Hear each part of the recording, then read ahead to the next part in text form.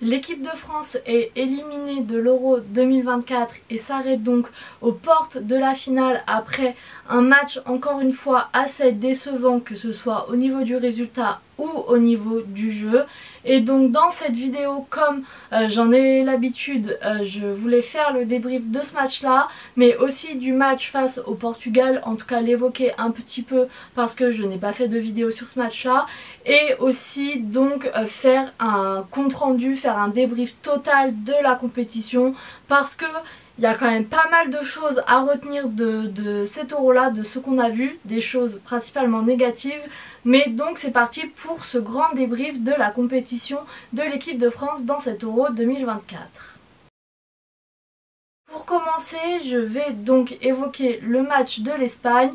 Et c'est vrai que ça a été un match, encore une fois, très décevant parce qu'on a tout simplement vu ce qui n'allait pas dans cette équipe là, parce que je trouve qu'on n'a jamais réussi à concurrencer l'Espagne en termes d'intensité, en termes d'intention de jeu, en termes de pressing aussi, parce que dès les premières minutes on a vu que l'Espagne jouait très vite et que la défense française avait beaucoup de mal à contenir ces joueurs là, que ce soit Fabian Ruiz, que ce soit Lamine Yamal. Ça a été des joueurs dont on a eu beaucoup de mal à contrôler pendant tout le match, et pour moi c'est quelque chose qui est assez nouveau dans la compétition, parce que jusque là le secteur défensif ça a été notre plus grand point fort, mais comme je l'avais dit sur les précédentes vidéos, ce secteur défensif à moi il me faisait toujours un peu peur. Je n'ai jamais été vraiment convaincue à 100% de leur solidité,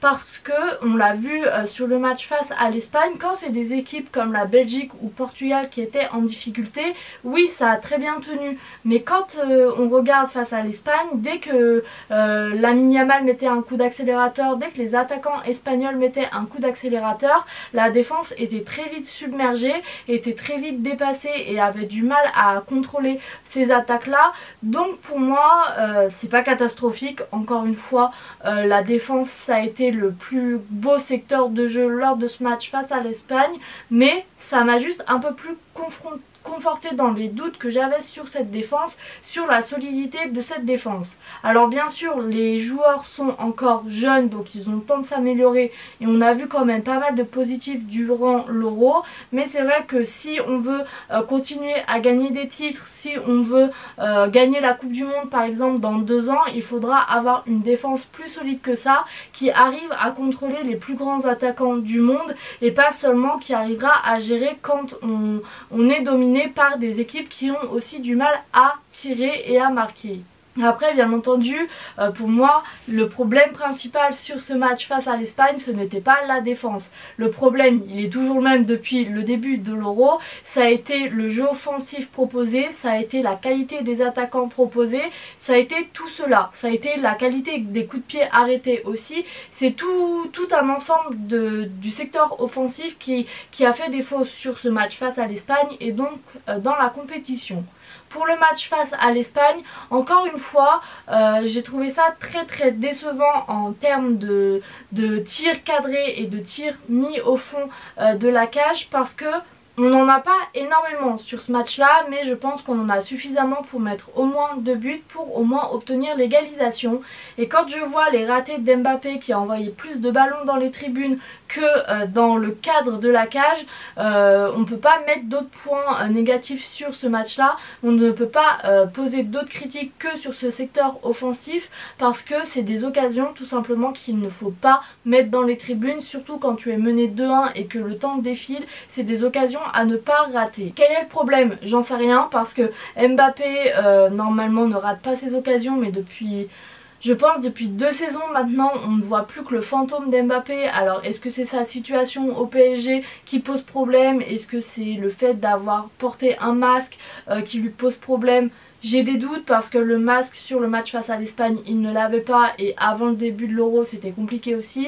J'espère juste que la situation dans sa tête peut-être va se régler rapidement. J'aimerais juste comprendre pourquoi il a perdu cette qualité là, pourquoi il ne fait plus certains efforts qu'il faisait il y a encore 3 ans, qui faisait sa force en 2018. Voilà, Je veux pas tout remettre sur Mbappé parce qu'à mon sens c'est pas que de sa faute non plus, mais c'est le capitaine de cette équipe. S'il a des problèmes, qu'il le dise, il pourra être aidé après, mais c'est vrai que j'ai juste envie de comprendre en tant que supportrice, de savoir pourquoi il a du mal. La faute donc n'est pas que sur Mbappé parce que le problème qu'il y a eu aussi sur les 2 derniers matchs de l'équipe de France, c'est le jeu offensif proposé. Lors des phases de poule, lors de mes vidéos sur les matchs de poule, j'ai dit que le jeu proposé pour moi était quand même pas mal parce que pour moi, je pense toujours que c'était la vérité. On avait un jeu plutôt développé qui avait de l'intention, qui voulait aller de l'avant. On n'arrivait juste pas à cadrer et à marquer de buts.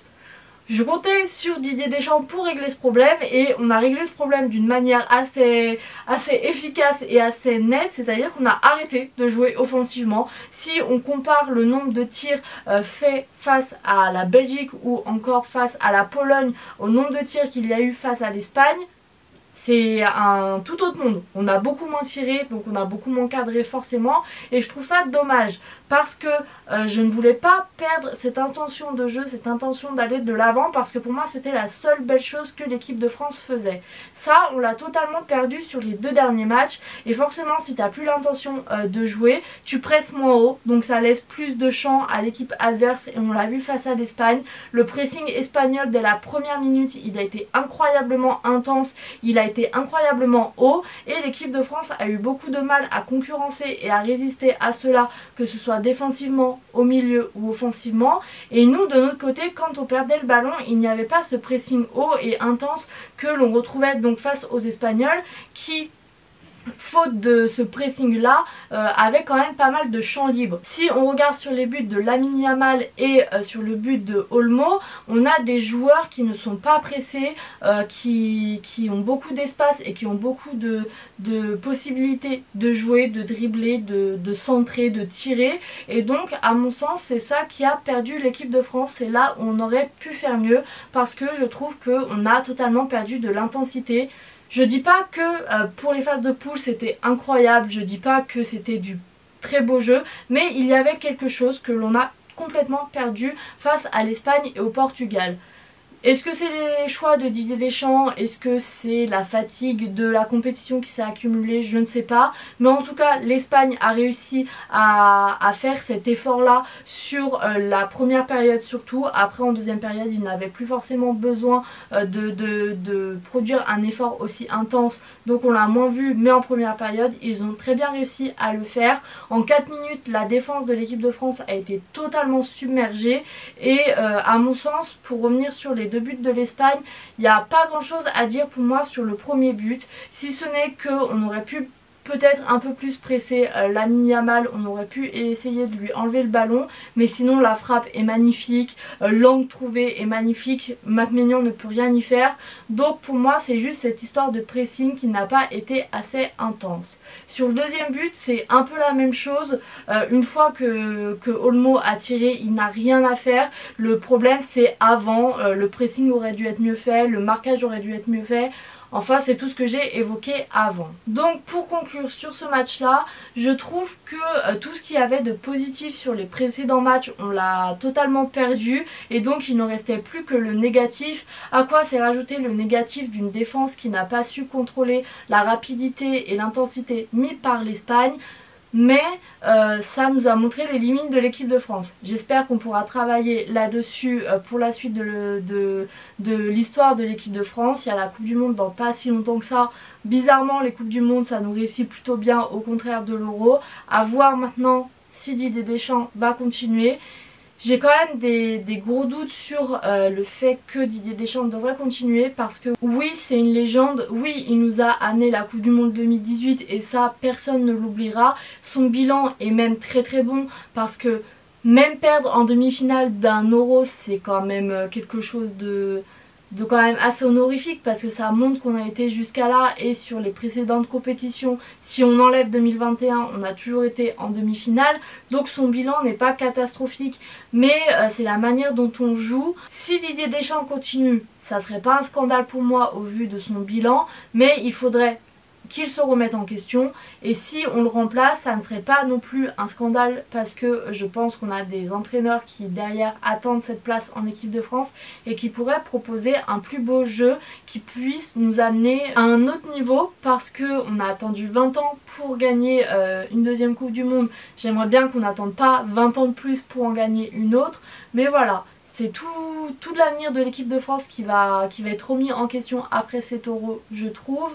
Ce qu'on a vu, la manière dont certains joueurs ont des limites assez fortes et assez visibles, vont pouvoir potentiellement aider cet avenir à se former.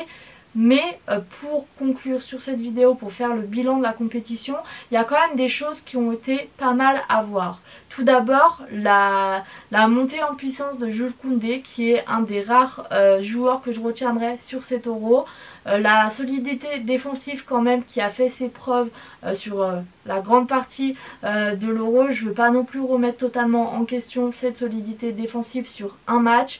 Un raté, ça arrive. Je pense que les joueurs n'étaient pas prêts à subir autant de pression de la part des Espagnols, donc je ne remettrai pas forcément tout en cause. Donc il y a quand même des belles choses à récupérer. Oui, on a vraiment pas assez marqué dans cet Euro pour que ça soit un bon souvenir, mais je pense qu'il y a des choses quand même à garder. Pour cette vidéo, je vais m'arrêter là. J'espère que cette vidéo vous aura plu. Et quant à moi, je vous dis à bientôt pour débriefer la deuxième demi-finale Pays-Bas-Angleterre. Et salut!